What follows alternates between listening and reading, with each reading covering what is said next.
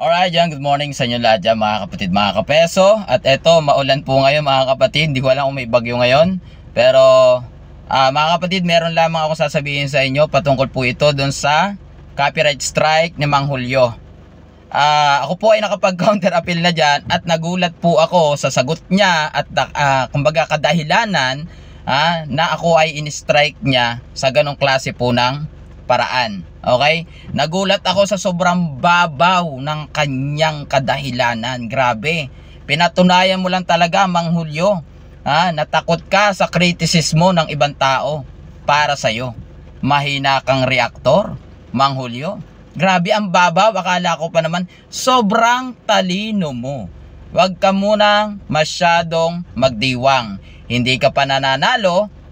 Hindi ka pa nananalo at hindi mo pa ako natatalo pagdating sa counter notification or di kaya naman ay sa counter appeal. Saka kayo magdiwang pagka wash out na lahat ang mga YouTube channel ko.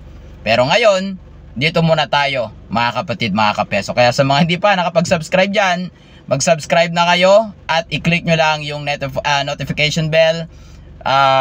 I-all nyo lang para once na tayo pwede na mag-live, mano-notify po kayo. Maraming salamat. God bless po sa ating lahat.